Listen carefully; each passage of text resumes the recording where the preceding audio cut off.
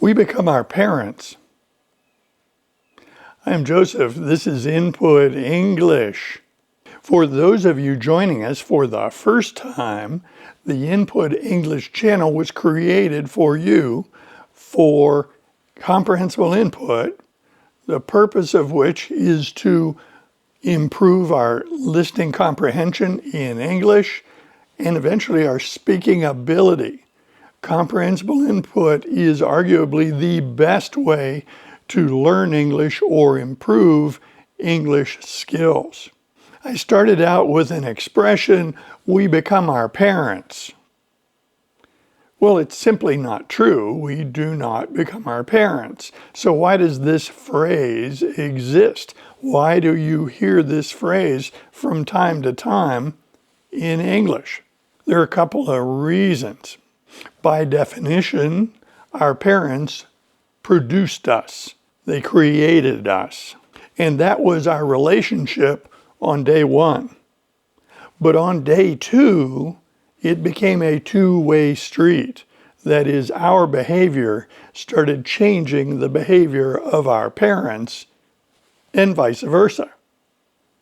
We responded to each other, that give and take. I've often said that I was born a crying child. That was literally true. I was very demanding and very loud during my early childhood. I got that from my parents. About a year and a half later, my sister was born, but she had a very different temperament. She was very placid, very gentle, very quiet. The difference between these two kids prompted my mother to suspect that there was something wrong with my sister. Was she not developing properly? My mother actually took my sister to the pediatrician and asked him what was wrong with this child. My mother expected newborns to behave the way I had behaved. The pediatrician was a very wise fellow, and he examined my sister and considered the possibility that there was something wrong, but after sufficient investigation, he concluded that she was a normal child and that my mother had gotten used to a very loud, demanding child. When we use or hear the phrase, we become our parents, frequently that is a metaphor suggesting similarities between us and our parents, but nobody believes that literally we become our parents. Now, we do go through stages in life in parallel to our parents, and we are very good observers of how our parents went through those stages. We can remember when our parents dealt with certain stresses and problems. We remember how our parents expressed themselves and how they changed over time. Our parents provide a template for us as we develop through these same stages. We may duplicate their behavior more or less depending upon the details. Now, the other concept that is at work here is that parents live vicariously through their children. Not always, but often. This was very much at work in my life. To my knowledge, my mother never used a fountain pen, but she bought one for me, and I learned to use a fountain pen. My mother rarely typed when I was growing up. Later in life, she typed a lot more because she got a typewriter she really liked. But early on, she did not type much, but she mandated that I learn typing. She registered me for a typing class in summer school.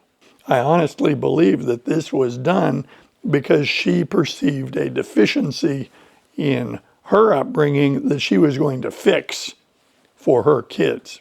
One of the ways for sure that my parents lived vicariously through their children was the piano lessons for all the kids.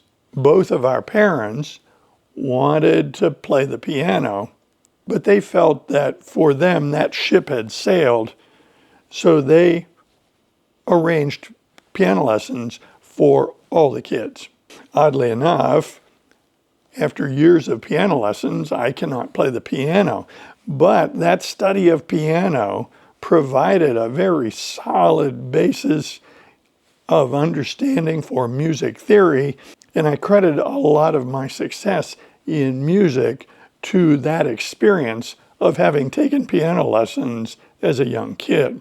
My parents provided a lot of travel as part of the experience that we had while we were growing up.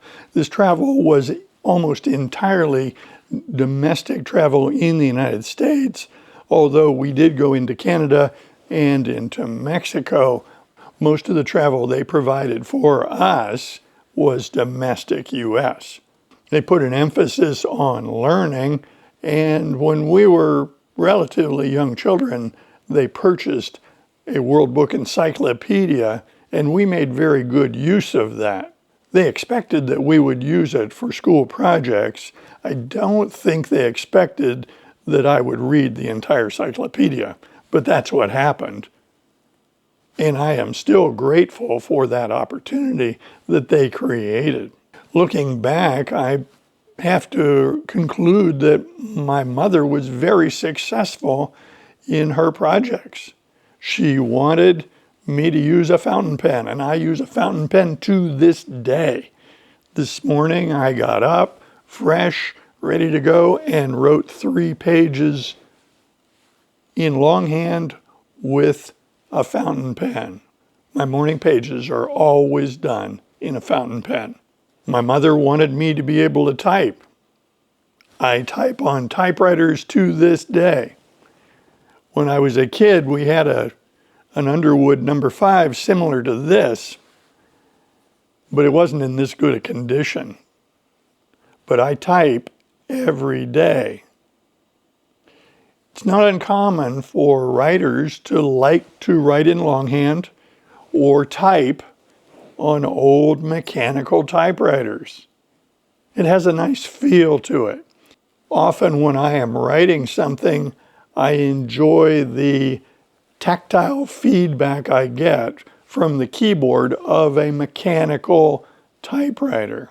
Whether that makes me a better writer or not, it's not entirely clear, but I like it. And if I like it, that means I'm more likely to write.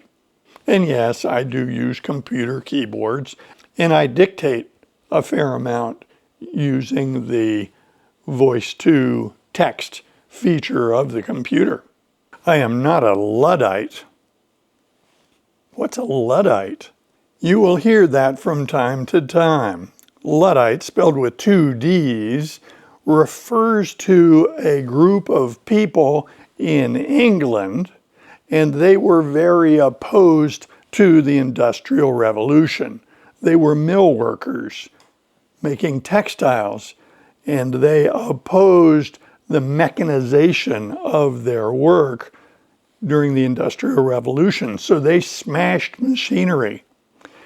The name Luddite comes from one of their leaders, Mr. Ludd, spelled with 2 D's, and he was very influential in their behavior. In the modern era, if you say someone is a Luddite, you are saying that they are opposed to modern technology.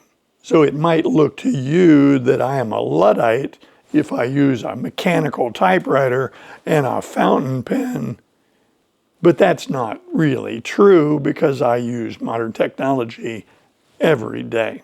Our parents wanted us to have an opportunity to become musicians, and I have to score that as very successful. I am not a pianist, but I am a musician. I am a member of an ensemble, and we practice and perform regularly.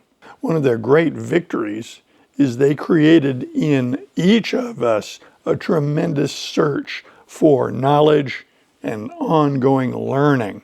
So we certainly don't become our parents.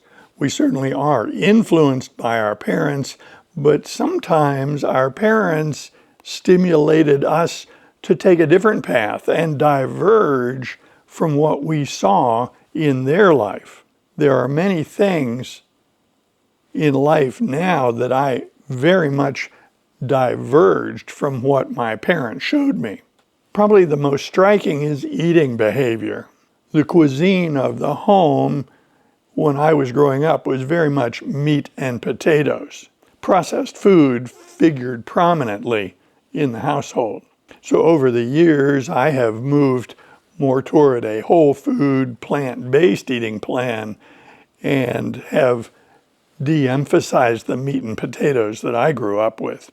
They fostered travel, but they emphasized domestic travel. And although we travel domestically, my great love is to travel abroad, to see interesting places all over the world. Another big difference with me is a great love of languages, and this was something that we did not see in the household growing up. Foreign languages were very mysterious when we were growing up, but come adulthood, that was going to change for me. Fascination became the rule. So even though you hear this expression, we become our parents, it's simply not true. Our life journey may parallel things that we observed in our parents' life, but we don't become our parents. They got us started. They helped us build ourselves into a human being. They helped us build ourselves into a citizen. And if we are fortunate, we get to help other people to build themselves into the type of human beings they want to be. I invite comments below, and if you like videos like this, be sure to click on this one next. See you soon.